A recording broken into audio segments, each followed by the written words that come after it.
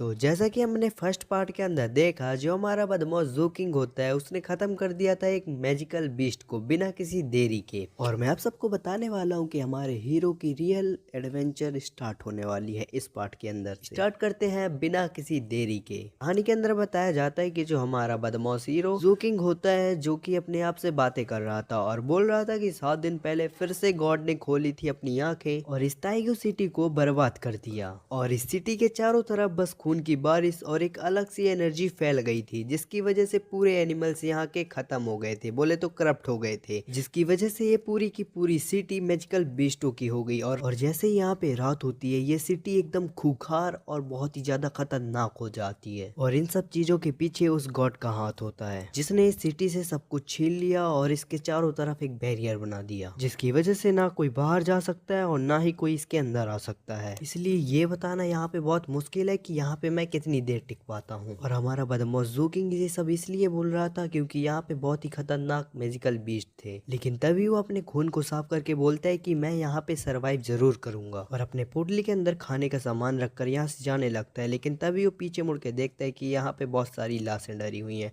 और उन लाशों में फिर वो आग लगा के यहाँ से चल देता है। और वो जाते जाते बोलता है कि मैं इस बैरियर के टूटने का वेट कर रहा हूँ और मैं तब तक इस टाइगो सिटी को एक्सप्लोर करूंगा। फिर वो ढूंढने लगता है अपने खाने पीने के लिए कुछ फ्रूट्स और अपने दवाई के लिए कुछ मेडिकल पिल्स और साथ में कुछ नए वेपन्स को, जिससे मैं लड़ाई कर पाऊं। लेकिन तभी वो फंस जाता है कई सारे मैजिकल बीस्ट के सामने। लेकिन हमें घबराने की कोई जरूरत नहीं है, क्योंकि वो बच जाता है उनसे। और फिर ज़ू किंग हमें बताता है कि जब मैं यहाँ वहाँ घूम रहा था, तब मुझे एशियन रॉयल वैली के कल्टीवेटर का एक कंकाल मिला, जिसके साथ में रखी हुई थी एक कल्टीवेशन मेथड, जिसका नाम होता है सी माउंटेन आर्ट, जो कि एक बेसिक लेवल की मेथड होती है। और फिर ज़ू किंग अपने आप से बोलने लगा कि मैंने कईयों बार अपने आप को मरते मरते बचाया है, जो कि मेरे पास मेडिकल पिल्स जिनकी वजह से मैं बच पाया। लेकिन अभी पता नहीं मुझे यहाँ कितने साल गुजारने होंगे मैं, और मुझे पता नहीं मैं यहाँ जिंदा रह भी पाऊंगा कि नहीं। और इतना बोल के हमारा ज़ू किंग यहाँ से चल देता है। तभी उसे एक डेड बॉडी दिखाई देती है, जिसके अंदर से एक अलग ही लाइट निकाल के बाहर आ रही थी। और आज की ये वीडियो यहीं तक, मिलते हैं नेक्स्ट पार्ट में ही।